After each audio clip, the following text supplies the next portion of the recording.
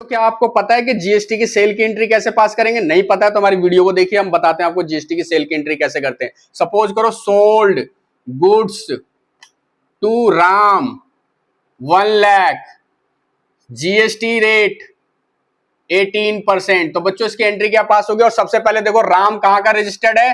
Ram registered है दिल्ली में, और आप भी कहां पे रजिस्टर्ड हो? दिल्ली में। तो ये कौन सा स्टेट हो गया? ये कौन सा हो गया? Same state. इसको बोलते हैं बच्चों with in the state, with in the state, मतलब सेम स्टेट में। ये इसे बोलते हैं इंट्रा स्टेट। क्या बोलेंगे इसे बच्चों? Intra state. इंट्रा स्टेट जब हो जाएगा तो आपका जीएसटी दो भागों में बढ़ जाएगा। एक भाग में चला जाएगा, एक में सीजीएसटी, एक में सेंट्रल गवर्नमेंट कलेक्ट करेगी और दूसरे में स्टेट गवर्नमेंट कलेक्ट करेगी बच्चों। तो इसकी एंट्री क्या पास करेंगे? अब देखो, जब यहाँ पे तो आपने जीएसटी कलेक्ट किया बेटा, जीएसटी कलेक्ट किया तो आपकी लायबिलिटी है कि आप गवर्नमेंट को डिपॉजिट करोगे, क्योंकि GST is an indirect liability, indirect tax. और इनडायरेक्ट टैक्स का मतलब क्या? आपने कंज्यूमर से या आपने किसी से कलेक्ट कर लिया, और आप क्या हो गया? आपने कलेक्ट किया तो आपको गवर्नमेंट को जमा कराना है। तो बेटा जब तक आपने गवर्नमेंट को जमा नहीं कराया तब तक वो तुम्हारे लिए लायबिलिटी हो गई। तो बच्चों सीजीएसटी क्या हो जाएगा?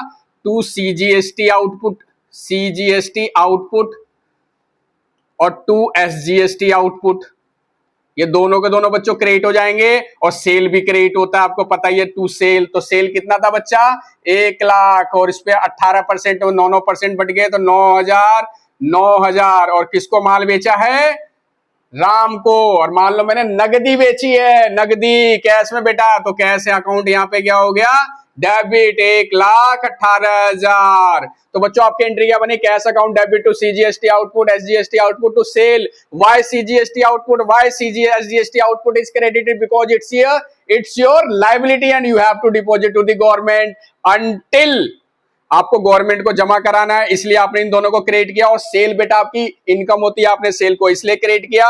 और कैश बेटा तुम्हारे लिए एसेट्स होती है, और कैश आपके पास आया है तो कैश आपने इसीलिए डेबिट किया बच्चों। तो एंट्री वैसे ही होगी जैसे मैंने आपको नॉर्मल एंट्री करवाई थी। ऐसा मत समझना कि जीएसटी के साथ ज्यादा मुश्किल है।